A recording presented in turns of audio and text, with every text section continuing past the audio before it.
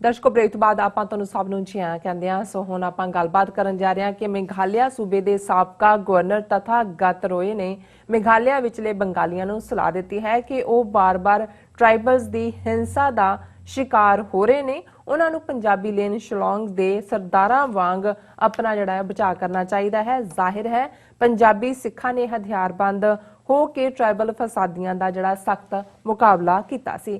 सो governor दी इह सलाह भारत विचले जिहड़े सारे सिखां नूं अपनाउणी चाहिए है। सो इस बारे आपां विचार चर्चा करन जा रहे हैं। सो असीं चाहांगे कि तुसीं साडे नाल इसे तरह ही जुड़े रहना। देखण सुणन लई तुहाडा सब दा बहुत बहुत शुक्रिया जी। डॉक्टर साहब की कहना चाहोगे? देखो असी जदों गात्रे किरपान जिहड़ी 10वें पातशाह गुरु गोबिंद सिंह साहब ने पंथ नूं अपने प्यारे खालसे नूं बख्शी, इस दा जिक्र करते हैं। पंज ककारां दे रूप च अहमियत किरपान जिहनूं सौड़ तलवार दूसरे लफ्ज़ां नाल भी जिहड़ा संबोधन किया जाता है, पर असीं इस नूं मजहबी ज़बान दे विच जदों किरपान कहंदे हैं, जिहड़ा दो लफ्ज़ां दा मेल है आपस दे विच जिहड़ी है संधि है, एक है किरपा ते एक है आन। किरपा कहंदे ने रहमत नूं, बख्शिश नूं, और आन जदों असीं कहंदे हैं कि भाई असीं आन अणख नाल जिउंदे हैं, सो आन कहंदे ने अणख नूं, गैरत नूं, सैल्फ रिस्पैक्ट नूं, ऑनर नूं, स्वैमान नूं, ये सारे लफज ने। और ये किरपान इसलिए है कि भाई ये तुहानूं रब ने बख्शी है कि तुसी अपने ऑनर नूं प्रोटैक्ट करना है। बिल्कुल। जिहड़ा अपने आप नूं डिफेंड नहीं कर सकदा उहनूं डिफेंड करना है, और इहनूं तुसी इस्तेमाल करना है इंसाफ लैण दे लई, और दुनिया दे विच सच हक इंसाफ दे उत्ते जिहड़ा मबनी रजीम है उहनूं कायम करन दे लई। सो ये सिर्फ महज एक डिफेंस, बहुत वारी साडे कहणगे जी असीं ये वैपन ऑफ डिफेंस है, ये नहीं है। इसकी एक ब्रॉडर जिहड़ी उसकी इंटरप्रटेशन है वो यही है। और इसनूं ही 6वें पातशाह ने जदों फरमाया सी कि शस्त्र गरीब की रख्या जरवाणे की पख्या, कि भाई असी शस्त्र चुके ने, हथियारां नूं शस्त्र कहंदे ने कि असी इसलिए चुके ने ताकि गरीबां दी जिहड़े डाउन ट्रॉडन ने, जिहड़े ओप्रैस्ड ने, रिप्रैस्ड ने, सुप्रैस्ड ने, उन्हां दी प्रोटैक्शन हो सके। जरवाना कहंदे ने जुल्म करने वाला, टायरेंट।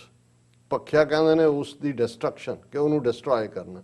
सो ये कॉन्सैप्ट दा सिक्खी दा खालसा साजना तो भी आलमोस्ट 90-92 साल पहला एस्टैबलिश हो जाता है, क्योंकि 1606 दे विच गुरु अर्जन साहब की शहादत हुंदी है, और 6वें पातशाह आलमोस्ट 11 साल की उम्र च गद्दी ते बैठते हैं। और पहला जिहड़ा उन्हां दा हुक्मनाम अकाल तख्त की भी उही साजना करते हैं। दिल्ली तख्त तो 2 फुट उच्चा है उस वेले दा जो तख्त दा साइज सी। मीरी पीरी दियां 2 तलवारां पहनदे ने, और ये पहला हुक्मनामा अकाल तख्त तो हुंदा है वधिया जवानी, वधिया घोड़ा, वधिया शस्त्र, कि जिहड़ा मेरे दर्शनां नूं आउंदा है उन्हें जे मेरी खुशी लैनी है ते आओ भाई जिहड़े नरोए नौजवान ने वो अपनी जिंदगी अर्पण करो इंसाफ लैण दे लई। और जे तुसी मैनूं कोई गिफ्ट देनी है तो कोई ये गलीचे और कोई सोने दे छब्बे या दूजे ना लियाओ, वधिया शस्त्र लियाओ ते वधिया घोड़ा लियाओ।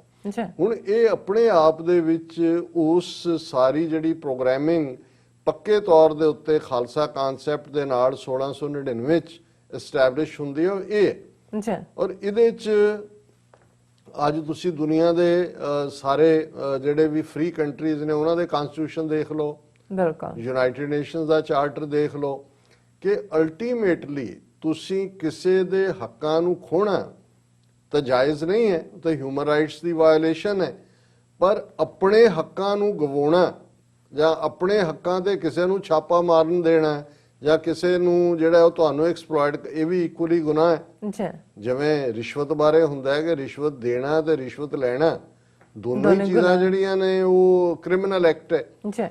ਹੁਣ ਇਸ ਨੂੰ ਅਸੀਂ ਬੇਸ਼ੱਕ ਅੱਜ ਸਾਡੇ ਵੀ ਕਈ ਕਹਿਣਗੇ ਜੀ ਦੇਖੋ ਜਿੱਥੇ ਫੌਜਾਂ ਨੇ ਹੁਣ ਪ੍ਰੋਟੈਕਟ ਕਰਨ ਦੇ ਲਈ ਪੁਲਿਸ ਹੈ, ਦੂਜਾ ਇਹ ਕਿਰਪਾਨ, ਇਹ ਲੋਹੇ ਦੀ ਪੁਰਾਣਾ ਜ਼ਮਾਨਾ, ਇਹਦੀ ਕੀ ਲੋੜ ਹੈ। ਗੱਲ ਇਹ ਨਹੀਂ ਹੈ ਇਕੱਲੀ, ਇਹ ਤੁਹਾਡਾ ਇਮੀਡੀਏਟ ਵੈਪਨ ਹੈ, ਇਹ ਤੁਹਾਨੂੰ ਰੋਕਦਾ ਨਹੀਂ। ਜਿਵੇਂ ਸੰਤ ਪਿੰਡਾਂ ਵਾਲੇ ਕਹਿੰਦੇ ਸੀ ਕਿ ਹਥਿਆਰ ਜਿੰਨੇ ਚੁੱਕੇ ਜਾ ਸਕਦੇ ਨੇ ਚੁੱਕੋ, ਜਿੰਨੇ ਰੱਖੇ ਜਾ ਸਕਦੇ ਨੇ ਰੱਖੋ। ਹੁਣ ਅਮਰੀਕਾ 'ਚ ਤੁਸੀਂ ਦੇਖੋ ਜਿਹੜਾ ਅਨਸਰਟਨਟੀ ਦਾ ਪੀਰੀਅਡ ਹੈ ਉਹਦੇ 'ਚ ਮੈਕਸਿਮਮ ਵੈਪਨ ਵਿਕੇ ਨੇ, ਖਰੀਦੇ ਗਏ ਨੇ, ਰੱਖੇ ਗਏ ਨੇ, ਇਹ ਪ੍ਰੋਟੈਕਸ਼ਨ ਹੈ। ਲੇਕਿਨ ਜਿਸ ਕੰਟੈਕਸਟ ਦੇ ਵਿੱਚ ਅਸੀਂ ਗੱਲ ਕਰ ਰਹੇ ਹਾਂ ਮੇਘਾਲਿਆ ਦੀ ਕੈਪੀਟਲ ਸ਼ਿਲੌਂਗ ਪਿਛਲੇ ਕੁਝ ਮਹੀਨੇ ਜਾਂ 2-3 ਸਾਲ ਤੋਂ ਉਸ ਖਬਰਾਂ 'ਚ ਵੀ ਰਿਹਾ ਸਿੱਖਾਂ ਦੇ ਹਵਾਲੇ ਨਾਲ ਵੀ, ਕਿਉਂਕਿ ਜਿਹੜੇ ਸ਼ਿਲੌਂਗ ਦੇ ਵਿੱਚ ਸਿੱਖ ਗਏ ਨੇ, ਗਰੀਬ ਸਿੱਖ, ਦਲਿਤ ਸਿੱਖ, ਡਿਸਟ੍ਰਿਕਟ ਗੁਰਦਾਸਪੁਰ ਦੇ, ਅੰਮ੍ਰਿਤਸਰ ਦੇ, ਔਰ 19ਵੀਂ ਸਦੀ 'ਚ ਜਦੋਂ ਅੰਗਰੇਜ਼ਾਂ ਨੇ ਸ਼ਿਲੌਂਗ ਜਿਸ ਨੂੰ ਮਿਲਟਰੀ ਜਿਹੜਾ ਉਹਨਾਂ ਦਾ ਗੈਰੀਸਨ ਬਣਾਇਆ, ਕੰਟੋਨਮੈਂਟ ਬਣਾਇਆ, ਤੇ ਵਿਚਾਰੇ ਗਰੀਬ ਜਿਹੜੇ ਸਵੀਪਰਸ ਦਾ ਕੰਮ ਕਰਦੇ ਸੀ ਉਹ ਗਏ ਔਰ ਉੱਥੇ ਉਹਨਾਂ ਨੇ ਰਹਿੰਦੇ ਰਹੇ ਔਰ ਹੁਣ ਉਹਨਾਂ ਦੀ 5ਵੀਂ 6ਵੀਂ ਜਨਰੇਸ਼ਨ ਹੈ, ਇਸ ਤੋਂ ਵੀ 7ਵੀਂ ਹੋਏਗੀ। ਹੁਣ ਉਹ ਜਿਹੜਾ ਸ਼ਿਲੌਂਗ, ਕਿਉਂਕਿ ਮੇਘਾਲਿਆ ਨੂੰ ਇਹ ਪਹਿਲਾਂ ਸਾਰਾ ਤਾਂ ਨਾਰਥ ਈਸਟ ਅਸਾਮ ਦੇ ਥੱਲੇ ਹੀ ਸੀ, ਇਹ ਇੰਦਰਾ ਗਾਂਧੀ ਦੇ ਜ਼ਮਾਨੇ 'ਚ ਅੱਡ ਨਾਰਥ ਈਸਟ ਦੀਆਂ ਜਿਹੜੀਆਂ 7 ਸਿਸਟਰਸ ਕ੍ਰੀਏਟ ਹੋਈਆਂ ਉਹਨਾਂ ਦੇ ਵਿੱਚ ਇੱਕ ਸਟੇਟ ਮੇਘਾਲਿਆ ਵੀ ਬਣਾਈ ਗਈ। ਹੁਣ ਜਿੱਥੇ ਇਹ ਪੰਜਾਬੀ ਲੇਨ ਉਹਨੂੰ ਕਹਿੰਦੇ ਨੇ ਜਾਂ ਹਰੀਜਨ ਬਸਤੀ ਵੀ ਕਹਿੰਦੇ ਨੇ, ਜਿੱਥੇ ਗਰੀਬ ਸਿੱਖ 7 ਪੀੜ੍ਹੀਆਂ ਤੋਂ ਰਹਿ ਰਹੇ ਨੇ, ਇਹ ਇਲਾਕਾ ਸ਼ਿਲੌਂਗ ਦੀ ਜਿਹੜੀ ਮਾਰਕੀਟ ਹੈ, ਜਿਹਦੀ ਬਹੁਤ ਰੀਅਲ ਐਸਟੇਟ ਪ੍ਰਾਈਸ ਹੈ, ਉਹਦੇ ਨਾਲ ਲੱਗਣ ਲੱਗ ਗਿਆ। ਹੁਣ ਉਹਦੇ ਥੱਲੇ ਉਹਨਾਂ ਨੇ ਦੇਖਿਆ ਲੋਕਲ ਨੂੰ, ਲੋਕਲ ਜਿਹੜਾ ਉਹਨਾਂ ਦਾ ਮੇਘਾਲਿਆ ਦੇ ਟਰਾਈਬ ਹੈ, 2-3 ਟਰਾਈਬ ਨੇ, ਇੱਕ ਪ੍ਰੋਮੀਨੈਂਟ ਟਰਾਈਬ ਹੈ ਖਾਸੀ ਸ਼ਾਇਦ ਕਬੀਲਾ ਉਹਨਾਂ ਦਾ, ਜਿਹੜੇ ਜ਼ੁਲਮ ਕਰ ਰਹੇ ਨੇ ਉਹ ਬੰਗਾਲੀਆਂ ਦੇ। ਹੁਣ ਮੇਘਾਲਿਆ ਦੇ ਵਿੱਚ ਜਿੱਥੇ ਖਾਸੀ ਕਬੀਲਾ ਹੈ, 2-3 ਹੋਰ ਛੋਟੇ ਛੋਟੇ ਕਬੀਲੇ ਨੇ, ਬੰਗਾਲੀ ਵੀ ਵੱਡੀ ਗਿਣਤੀ 'ਚ ਨੇ ਔਰ ਜ਼ਿਆਦਾ ਬੰਗਾਲੀ ਹਿੰਦੂ ਨੇ ਮੇਘਾਲਿਆ 'ਚ। ਸਿੱਖ ਤਾਂ ਉੱਥੇ 7 ਪੀੜ੍ਹੀਆਂ ਤੋਂ ਨੇ, ਬੰਗਾਲੀ ਵੀ ਇਸੇ ਤਰ੍ਹਾਂ ਪੁਰਾਣੇ ਨੇ, ਅੰਗਰੇਜ਼ਾਂ ਦੇ ਵੇਲੇ ਗਏ। ਹੁਣ ਉਹਨਾਂ ਨੂੰ ਇਹ ਲੱਗਦਾ ਹੈ ਮੇਘਾਲਿਆ ਦੇ ਇਸ ਖਾਸੀ ਕਬੀਲੇ ਵੀ ਇਹਨਾਂ ਸਾਰਿਆਂ ਨੂੰ ਕੱਢੋ, ਸੋ ਉਹਨਾਂ ਨੇ ਉਹਨਾਂ ਸਿੱਖਾਂ ਦੇ ਉੱਤੇ ਵੀ ਧੱਕਾ ਕਰਨ ਦੀ ਕੋਸ਼ਿਸ਼ ਕੀਤੀ। ਪਰ ਇਹ ਪੂਰੀ ਕਹਾਣੀ ਸੀ ਕਿ ਕਿਵੇਂ ਸਿੱਖ ਬੀਬੀਆਂ ਵੀ ਦੂਜੀਆਂ ਆਪਣੀਆਂ ਕਿਰਪਾਨਾਂ ਲੈ ਕੇ ਨਿਕਲ ਆਏ, ਸਿੰਘ ਵੀ ਨਿਕਲ ਆਏ। ਉਹਨਾਂ ਨੇ ਕਰਾਊਡ ਜਿਹੜੀ ਸੀ 2 ਦਿਨ ਉਹ ਅਟੈਕ ਕਰਨ ਦੀ, ਉਹਨਾਂ ਨੇ ਅੱਗ ਵੀ ਲਾਉਣ ਦੀ ਕੋਸ਼ਿਸ਼ ਕੀਤੀ ਗੁਰਦੁਆਰੇ ਨੂੰ, ਸਕੂਲ ਉਹ ਚਲਾਉਂਦੇ ਨੇ, ਪਰ ਉਹ ਧੱਗੜ ਉਹਨਾਂ ਨੇ ਬਰਾਬਰ 2-3 ਵਾਰ ਐਡਮਿਨਿਸਟ੍ਰੇਸ਼ਨ, ਫਿਰ ਉਹਨਾਂ ਨੇ ਕਾਨੂੰਨ ਦਾ ਸਹਾਰਾ ਲਿਆ ਕਿ ਜੀ ਇਹ ਤਾਂ ਇੱਥੇ ਬੈਠੇ ਨੇ ਕਬਜ਼ਾ ਕਰਕੇ, ਹਾਈ ਕੋਰਟ 'ਚ ਉਹ ਡਟੇ ਹੋਏ ਨੇ, ਕਹਿੰਦੇ ਆ ਜਾਓ, ਔਰ ਸਾਰੀ ਕੌਮ ਵੀ ਉਹਨਾਂ ਦੇ ਨਾਲ ਖਲੋਤੀ, ਇਹਦੇ 'ਚ ਕੋਈ ਸ਼ੱਕ ਨਹੀਂ ਹੈ। ਕੈਪਟਨ ਅਮਰਿੰਦਰ ਸਿੰਘ ਨੇ ਆਪਣੀ ਟੀਮ ਭੇਜੀ, ਸ਼੍ਰੋਮਣੀ ਕਮੇਟੀ ਨੇ ਭੇਜੀ, ਯੂਨਾਈਟਿਡ ਸਿੱਖਸ ਦੀ ਉੱਥੇ ਜਿਹੜੀ ਹੈ ਹਿਊਮੈਨਿਟੇਰੀਅਨ ਏਡ ਦੀ ਟੀਮ ਗਈ। ਸੋ ਇਹ ਸਿੱਖਾਂ ਨੇ ਉੱਥੋਂ ਕਿਸੇ ਨੇ ਨਹੀਂ ਕਿਹਾ ਜੀ ਇਹ ਦਲਿਤ ਨੇ ਜਾਂ ਫਲਾਣੇ ਨੇ, ਹਾਲਾਂ ਪੰਜਾਬ 'ਚ ਅੱਜ ਇਸ ਨੂੰ ਇਸ਼ੂ ਬਣਾਉਣ ਦੀ ਕੋਸ਼ਿਸ਼ ਕੀਤੀ ਜਾ ਰਹੀ ਹੈ, ਲੇਕਿਨ ਇਹ ਇੱਕ ਡਟੇ ਹੋਏ ਨੇ, ਕਾਨੂੰਨੀ ਲੜਾਈ ਵੀ ਲੜ ਰਹੇ ਨੇ, ਪਰ ਉਹ ਕਹਿੰਦੇ ਨੇ ਵੀ ਸਾਡੀਆਂ ਲਾਸ਼ਾਂ ਤੋਂ ਹੀ ਤੁਸੀਂ ਇਹ ਸਾਥੋਂ ਖਾਲੀ ਕਰਵਾ ਸਕਦੇ ਹੋ, ਅਸੀਂ ਇਸ ਨੂੰ ਨਹੀਂ ਛੱਡਣਾ। ਹੁਣ ਮੇਘਾਲਿਆ ਦੇ ਗਵਰਨਰ ਰਹੇ ਨੇ ਤਥਾਗਤ ਰਾਏ, ਇਹ ਬੀਜੇਪੀ ਦਾ ਬੜਾ ਕੌਨਫੀਡੈਂਟ ਹੁਣ ਤਾਂ ਐਕਸ ਹੈ, ਇਹ ਰਿਹਾ ਉੱਥੇ ਔਰ ਇਹਦੇ ਪੀਰੀਅਡ 'ਚ ਵੀ ਉਹ ਗੱਲ ਬਰਾਬਰ ਜਾਰੀ ਰਹੀ। ਹੁਣ ਸਿੱਖ ਤਾਂ ਡਟੇ ਹੋਏ ਨੇ, ਜਿਹੜੇ ਬੰਗਾਲੀ ਨੇ ਉੱਥੇ ਕਈ ਪੀੜ੍ਹੀਆਂ ਤੋਂ ਰਹਿੰਦੇ, ਉਹਨਾਂ ਨੂੰ ਉਹ ਲੱਗੇ ਹੋਏ ਨੇ ਡਰਾ ਕੇ ਉਹਨਾਂ ਦੇ ਖਿਲਾਫ। ਔਰ ਪਿਛਲੇ ਦਿਨਾਂ 'ਚ ਇੱਛਾਮਤੀ ਇੱਕ ਥਾਂ ਹੈ ਜਿੱਥੇ ਬੰਗਾਲੀਆਂ ਦੇ ਖਿਲਾਫ ਬੜੀ ਹਿੰਸਾ ਹੋਈ, ਉਹਨਾਂ ਦੀਆਂ ਆਬਾਦੀਆਂ ਸਾੜਤੀਆਂ, ਦੌੜਾਤਾ ਦੂਜਿਆਂ ਨੂੰ। ਉਹਨੇ ਜਿਹੜੀ ਮੈਂ ਲਫ਼ਜ਼ ਦੁਹਰਾਉਣ ਲੱਗਾ ਇਹ ਉਹ ਬੰਗਾਲ ਦਾ ਬੀਜੇਪੀ ਦਾ ਗਵਰਨਰ ਹੈ ਤਥਾਗਤ ਰਾਏ ਕਹਿ ਰਿਹਾ, Meghalaya unfortunately has a government that has chosen to forget that it is a part of India and non-tribals are equal citizens of India। ਹਾਲਾਂਕਿ ਹੁਣ ਜਿਹੜੀ ਮੇਘਾਲਿਆ 'ਚ ਸਰਕਾਰ ਹੈ ਉਹਦੇ 'ਚ ਵੀ ਬੀਜੇਪੀ ਦੀ ਹੈ, ਕੋਰਨਾਡ ਸੰਗਮਾ ਗਵਰਨਮੈਂਟ ਹੈ, ਬੀਜੇਪੀ ਉਹਦਾ ਹਿੱਸਾ ਹੈ। ਇਹ ਕਹਿ ਰਹੇ ਨੇ ਗਵਰਨਰ ਸਾਹਿਬ ਤਥਾਗਤ ਰਾਏ ਸਾਬਕਾ, ਮੇਘਾਲਿਆ ਮੰਦੇ ਭਾਗਾਂ ਨੂੰ ਇਹ ਭੁੱਲ ਗਿਆ ਕਿ ਵੀ ਇਹ ਜਿਹੜੇ ਕਿ ਮੇਘਾਲਿਆ ਭਾਰਤ ਦਾ ਹਿੱਸਾ ਹੈ, ਸੂਬਾ ਭਾਰਤ ਦਾ, ਔਰ ਜਿਹੜੇ ਗੈਰ ਕਬੀਲਾ ਨੇ ਉੱਥੇ ਜਿਹੜੇ ਕਬੀਲਿਆਂ ਦਾ ਹਿੱਸਾ ਨਹੀਂ ਨੇ ਉਹ ਭਾਰਤੀ ਨੇ, but Bengali Hindus must unite and fend for themselves. ਕਿ ਪਰ ਇੱਕੋ ਹੀ ਤਰੀਕਾ ਹੈ ਬੰਗਾਲ ਦੇ ਹਿੰਦੂਆਂ ਦੇ ਬਚਾਅ ਦਾ ਕਿ ਉਹ ਇਕੱਠੇ ਹੋ ਕੇ ਆਪਣੇ ਆਪ ਨੂੰ ਡਿਫੈਂਡ ਕਰਨ। Can any of these anti-non-tribals dare to take on ਸਰਦਾਰਜੀਜ਼ of Punjabi lane?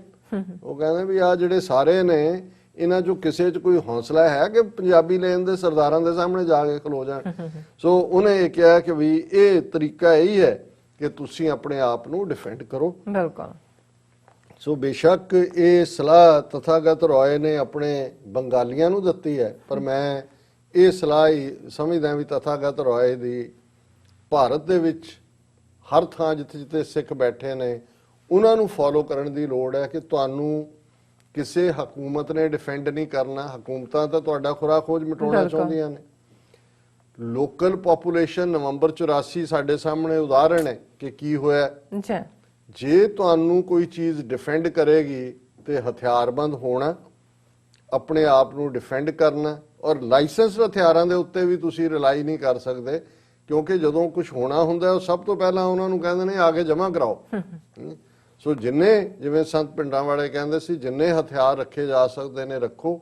Ultimately ਜਿਹੜਾ ਡਿਫੈਂਸ ਹੁੰਦਾ ਹੈ, ਜਦੋਂ ਸਿਸਟਮ ਟੁੱਟਦੇ ਨੇ ਜਾਂ ਸਿਸਟਮ ਪਾਰਟੀਸ਼ਨ ਹੁੰਦੇ ਨੇ, ਬਾਇਸਡ ਹੁੰਦੇ ਨੇ, ਤੇ ਆਪਣੀ ਰੱਖਿਆ ਆਪ ਕੀਤੀ ਜਾਂਦੀ ਹੈ। ਹੁਣ ਜੇ ਕੱਲ ਨੂੰ ਕੋਈ ਉੱਥੇ ਰੱਖੇ ਹਥਿਆਰ ਆਪਣੇ ਆਪ ਨੂੰ ਡਿਫੈਂਡ ਕਰੇ ਤੇ ਉਹਨੇ ਤੇ ਕੋਈ ਚਾਰਜ ਲਾਏ ਤੇ ਤਥਾਗਤ ਰਾਏ ਦਾ ਟਵੀਟ ਉਹਨਾਂ ਨੂੰ ਦਿਖਾ ਦਿਓ ਕੱਢ ਕੇ। ਉਹਨਾਂ ਨੂੰ ਕਿਹਾ ਜੀ ਕਿ ਦੇਖੋ ਉਹਨੇ ਵੀ ਇਹੀ ਕਿਹਾ ਸੀ ਕਿ ਵੀ ਆ ਪੰਜਾਬੀ ਲੇਨ ਦੇ ਸਰਦਾਰ ਜੀ ਵੱਲ ਕੋਈ ਮੂੰਹ ਕਰ ਸਕਦਾ, ਵੀ ਇਵੇਂ ਹੀ ਤੁਸੀਂ ਆਪਣੇ ਆਪ ਨੂੰ ਡਿਫੈਂਡ ਕਰ ਸਕਦੇ। ਬਿਲਕੁਲ ਡਾਕਟਰ ਸਾਹਿਬ, ਸੋ ਇੱਥੇ ਲੈਣੇ ਬ੍ਰੇਕ। ਵਿਊਅਰਸ ਤੁਸੀਂ ਇਸੇ ਤਰ੍ਹਾਂ ਹੀ ਬਣੇ ਰਹਿਣਾ। ਮਿਲਦੇ ਹਾਂ ਛੋਟੇ ਜਿਹੇ ਵਕਫੇ ਤੋਂ ਬਾਅਦ।